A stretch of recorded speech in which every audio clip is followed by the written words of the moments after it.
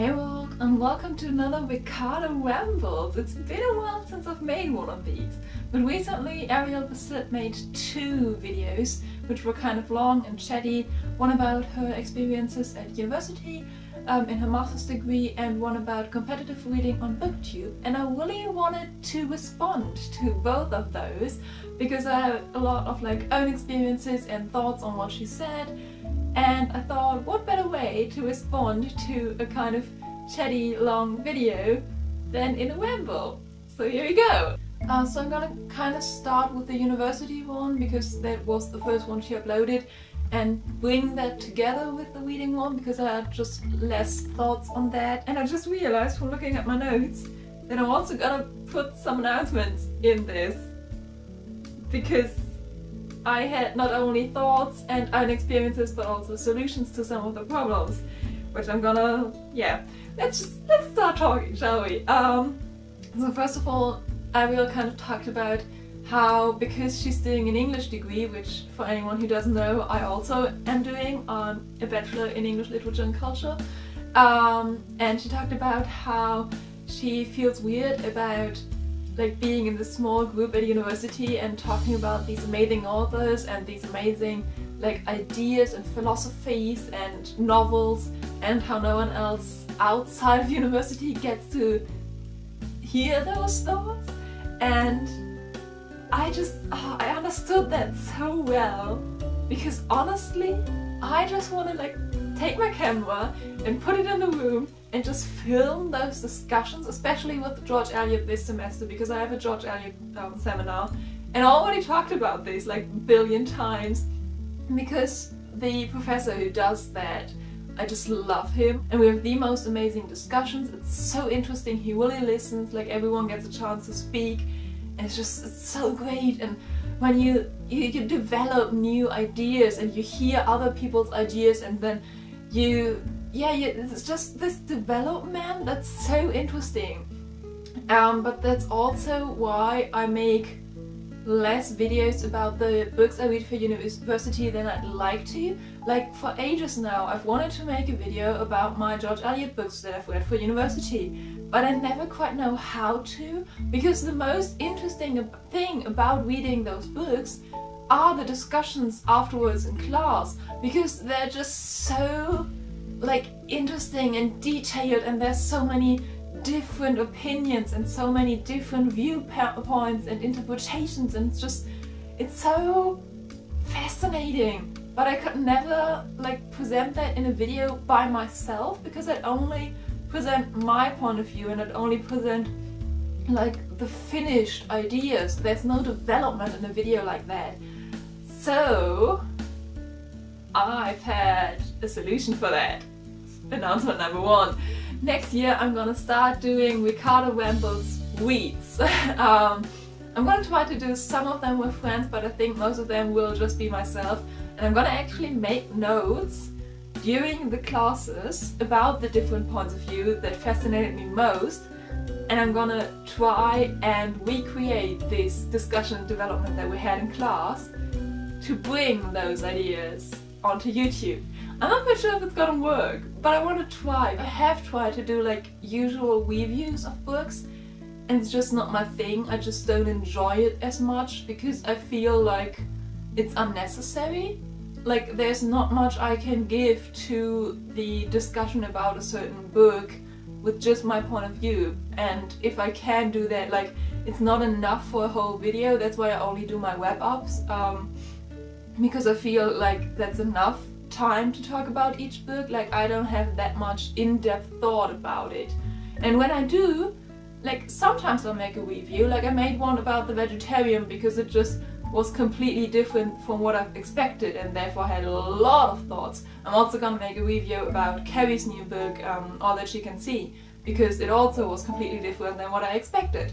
So in those cases I feel to me, for myself, it's necessary to do those.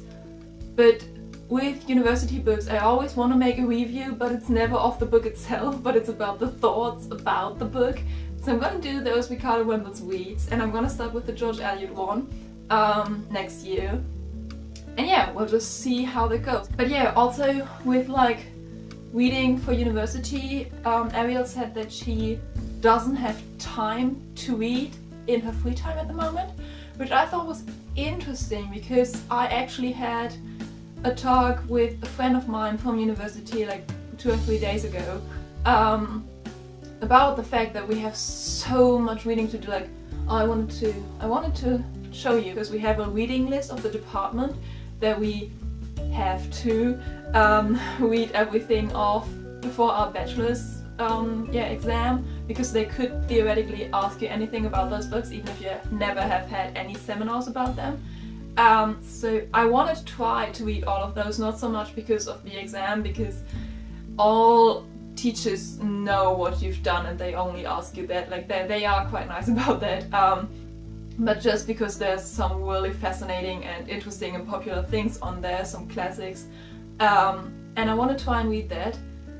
But then on top of that we also have like our normal reading, and to me personally I think it's mostly because of BookTube and because of the excitement about like novels and fantasy novels, but also just it's because reading to me is always a free time activity, that I actually kind of fly through the university books and don't pay that much attention to them, which is really sad because, as I said, most of them are really interesting and I want to read them, but I just kind of fly through them and then read more in my free time. And as I said, I've recently had a discussion with a friend from university who said that since we've had certain seminars where reading is just, yeah, it's a lot, she actually doesn't read in her free time anymore. And like nothing at all, she doesn't read at all in her free time, which I think is really sad, but I've heard that from several people and now from Ariel Bissett as well, that you're reading so much and you're dealing so much with literature in your university experience that like your personal love and interest in reading and literature just kind of goes away, which is really sad because for most people the reason they do this literary degree at university is because of this love of reading, and it kind of counteracts that, and it also kind of works together with what Ariel said about like competitive reading and feeling bad about not reading certain books that are popular on BookTube, because if you have so much university reading to do that you like actually have to do, and then you have not so much free time for reading your own books, then yeah, I want to read my own books, the books I chose, the books I look forward to, and not something that's popular on BookTube. Like, of course, there are always popular books that I want to read because I'm interested in them, but I don't wanna like give this free time away to please someone else and to feel like I have to please the BookTube community. And I guess for me there is a bit of that, like especially now with my Human Rights Readathon. I did really consider reading The Hate You Give because I've just heard so much about it, and I actually felt bad not reading that for the Human Rights Readathon because I just thought it's like the obvious choice and people would like not understand why I didn't read it. But I didn't end up reading it because I had other books that I was more excited for and that I already owned and that I've already wanted to read for the Human Rights Readathon.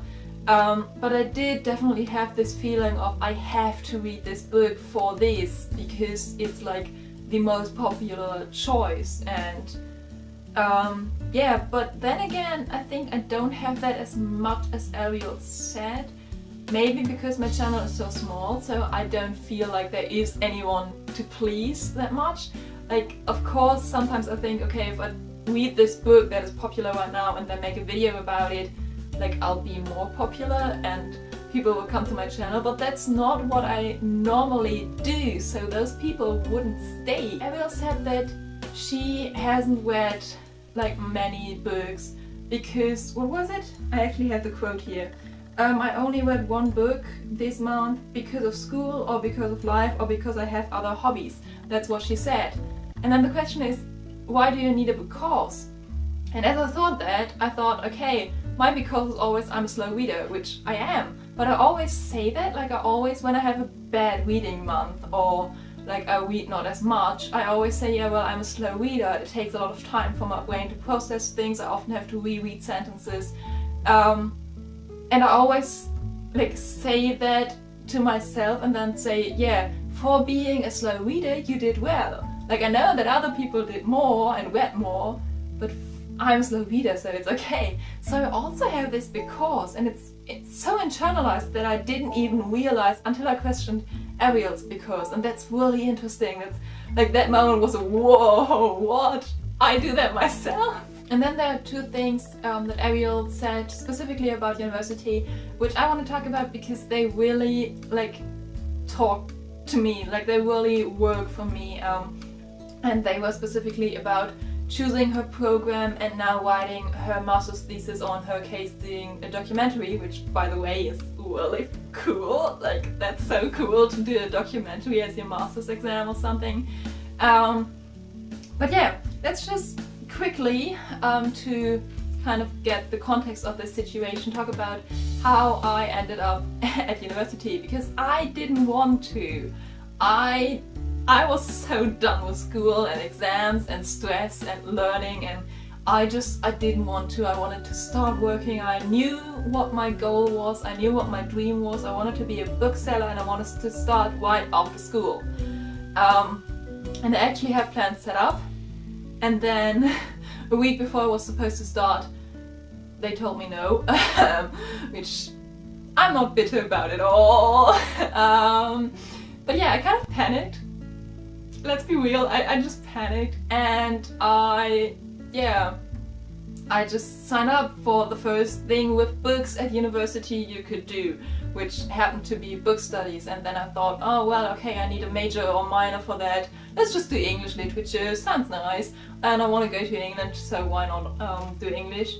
So then they accepted me, and I was like, huh, I didn't really want to go to university, did I? Whatever. Which means that I had absolutely no expectations or like idea of what I was doing whatsoever. I just kind of came here and started. And that kind of works with what Ariel said, because she said like that she was really lucky to have friends who went to university before her and could kind of tell her what they were doing and what this program was about, because she had no idea at all. And I felt the same way. Obviously with me it's a completely different situation, because I felt that way because I wasn't interested before. Like I probably could have found out what the program was about, but I just didn't care because I didn't want to, like it wasn't even on my horizon. But I think that's actually quite a problem, that you don't really know what you're doing. Like you know, okay, I'm gonna learn something about English literature. And you also know that there will be some sort of testing of your knowledge.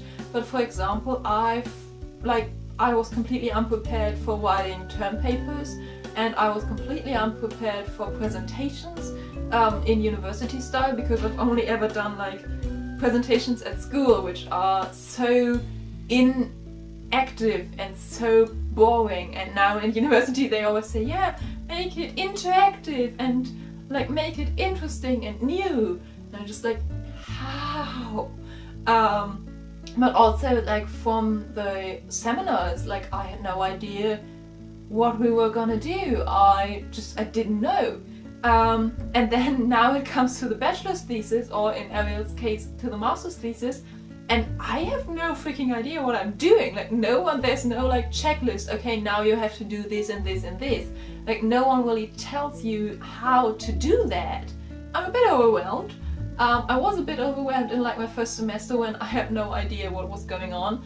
I do understand how university works now, more or less. But now I'm at the point of the bachelor's thesis. And I have an idea, and I have no idea what to do with that idea.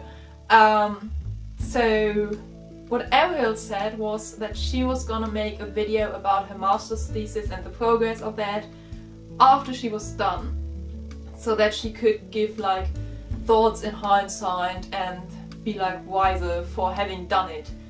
And I thought, okay, that's great.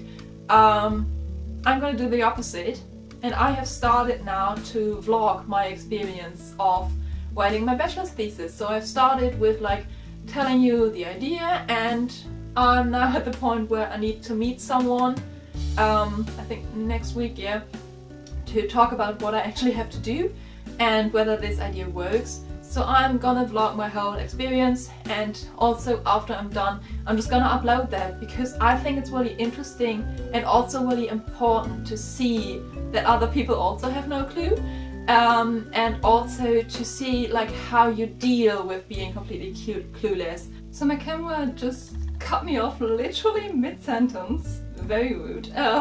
So I charged a bit and also went outside to run some errands and was completely poured on. I'm wet and cold and yay. But yeah, let's just wrap this up. The point I was going to make is that every university has different like guidelines and different theoretical and logical things you have to think about when writing your thesis.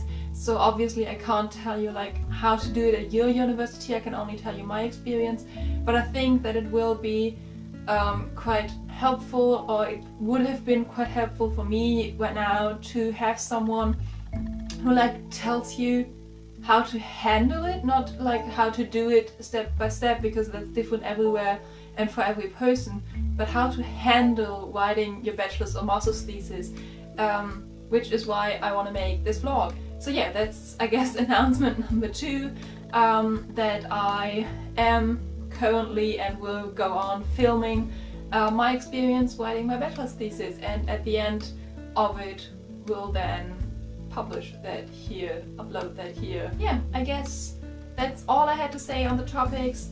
And as I said, please check out Ariel's videos if you haven't already. I bet most of you have. They are in the link down below and also in the happy note after the video, and they're just, I just love them. They're so relaxing and really interesting, and yeah, I hope you always have a reason to smile, and I shall see you soon. Bye!